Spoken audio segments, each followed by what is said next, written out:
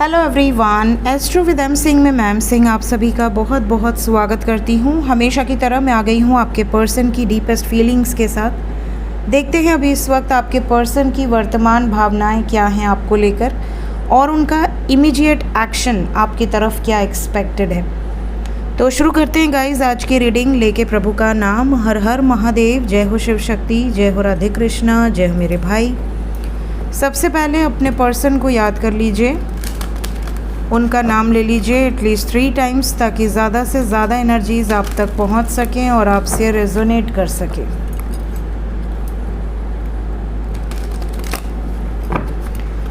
Deepest feelings अभी इस वक्त क्या सोच रहे हैं आपको लेकर।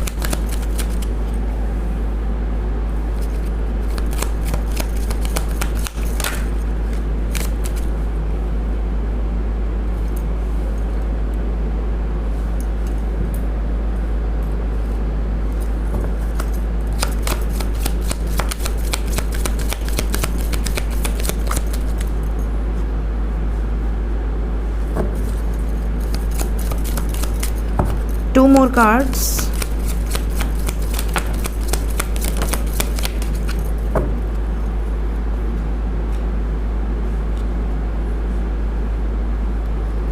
Bottom of the deck है stay optimistic about your love life and overall energy है attraction.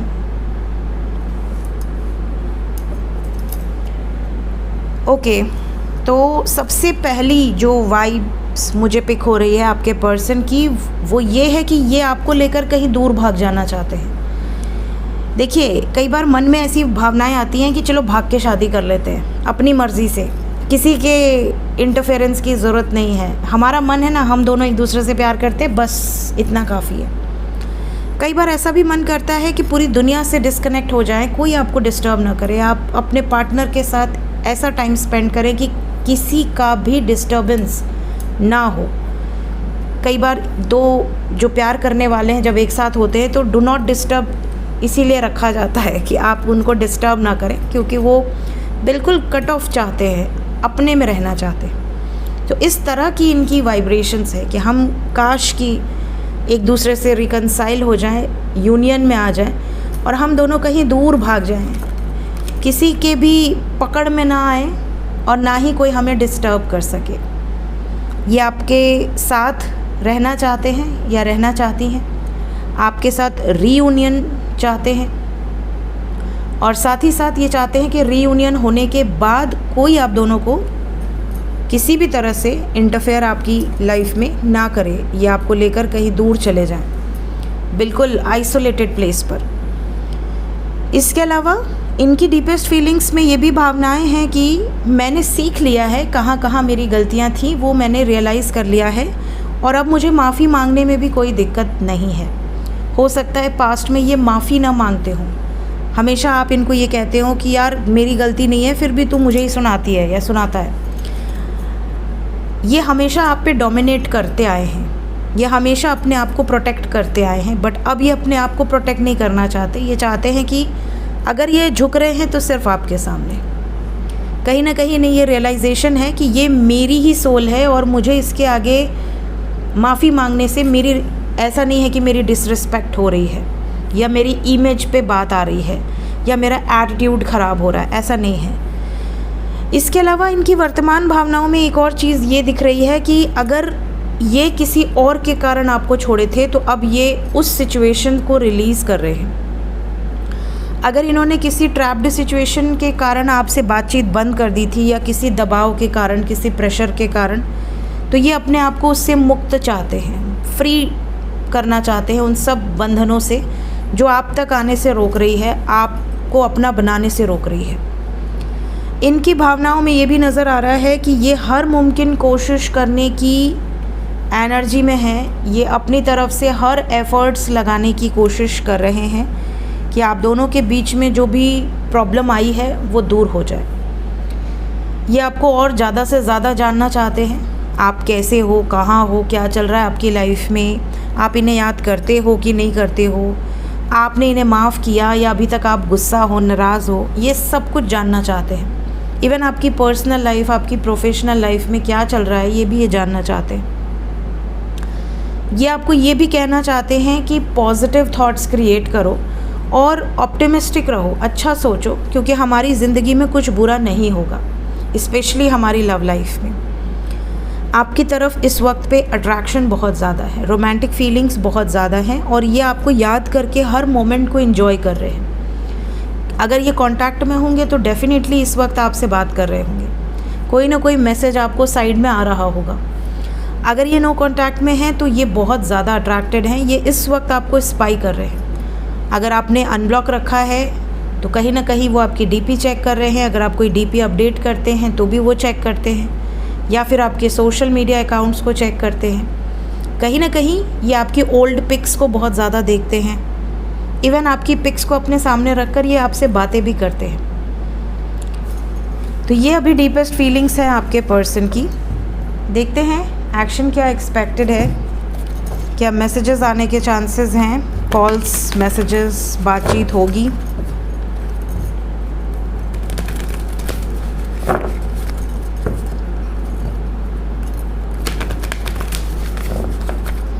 इमीडिएट एक्शन मेरे व्यूवर्स की तरफ क्या एक्सपेक्टेड है।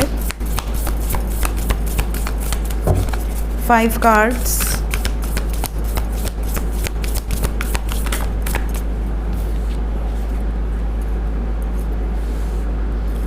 टेन आवर्स टू 70 आवर्स के अंदर की ये एनर्जी होगी जो अभी यहाँ पर आ रही है। 10 hours to 70 hours.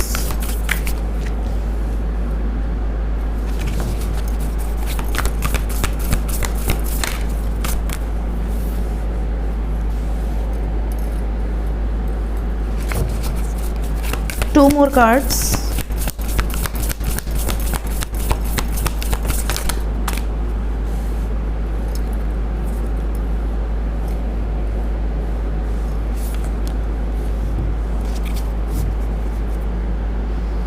Overall energy है 5 ऑफ वाटर।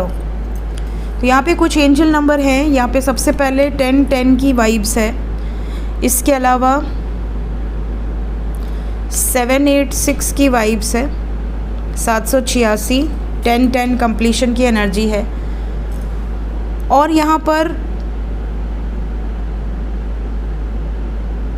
1144 की एनर्जी है। 1144।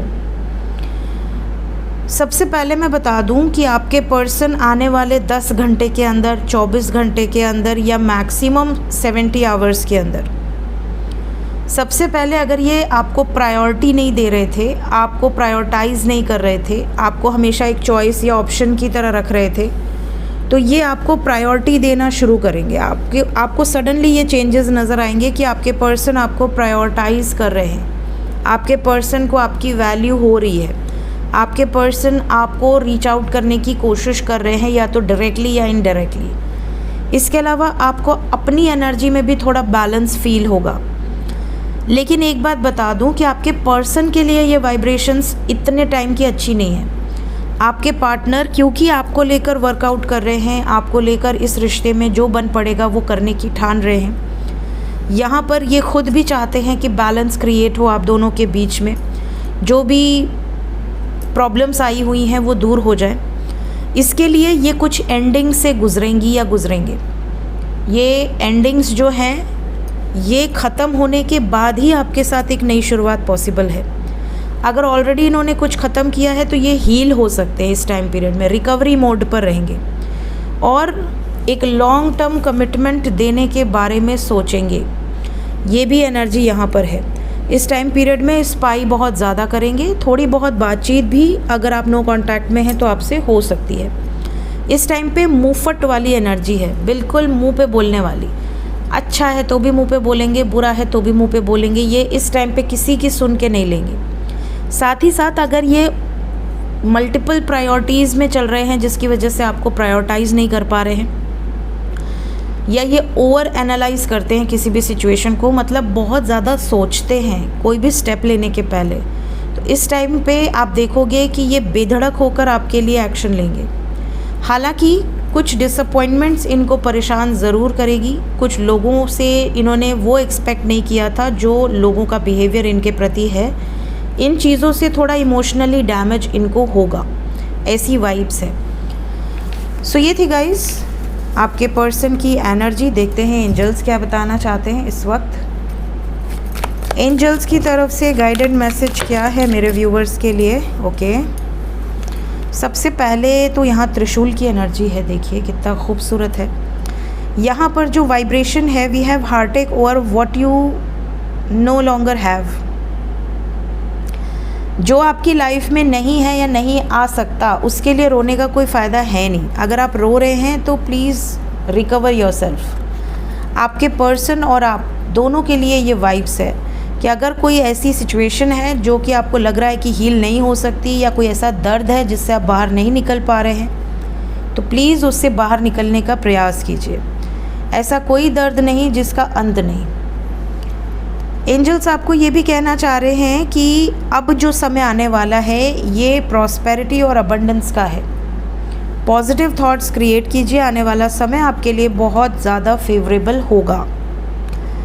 Psychic ability, trust your intuition. इस टाइम पीरियड में आपकी इंट्यूशन बहुत पावरफुली वर्क करेगी, बहुत पावरफुली। आपको पहले ही टेलीपैथिकली साइंस मिलना शुरू हो जाएंगे, या एक एनर्जी आपको ड्रीम्स के माध्यम से या किसी चैनलिंग के माध्यम से मिलने लगेगी।